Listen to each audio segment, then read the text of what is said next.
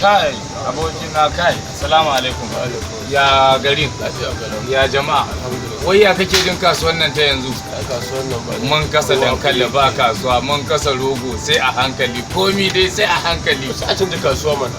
Yau ko ka canza dukkan dai uwar ɗarin ce duk in da ka baro sai ka ga gaban kamar ta ma hita ko kuma bayan ta hita sai ka ga abin duka ya mace ya harbuce ka rasa me za ka ma yi cikin ƙasar nan yanzu abin da ake yi. To me za a iya. Amma ina da wata bebi ina tunanin nan wajejen take ko ta tunda ne yanzu ko ka yarinyar nan ina jin kamar ɗan turai take ba ma Hausa.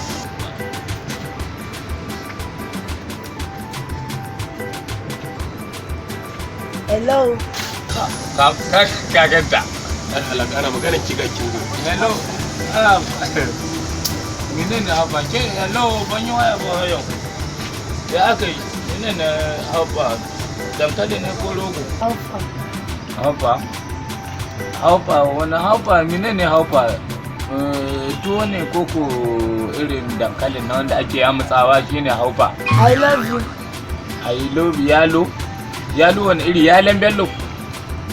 I love you. Nace yalo irin yalen bellon nan koko wani irin yalo? I kiss you.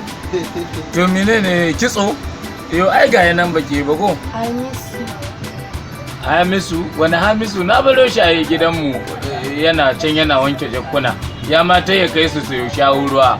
Hamisu ko ba Hamisu ba. I love you. Kace miki menene I love you yalo ne ke dalla ka kire na mu waki mun Hausa kutumur buro ke kutumur buro ba ke kire No. to na mun lalle mata zaki Wani ce I love you ina nufin na son ka. ka ke ce mun wani ni ma kika mai da dankalin ni kin dokan wani ma mugun garan kauye ma kenan dama I love you ana son ka ake nihi to na warkon washi kuma I miss you. you miss me an yi misin din gero da dawa ko ne ake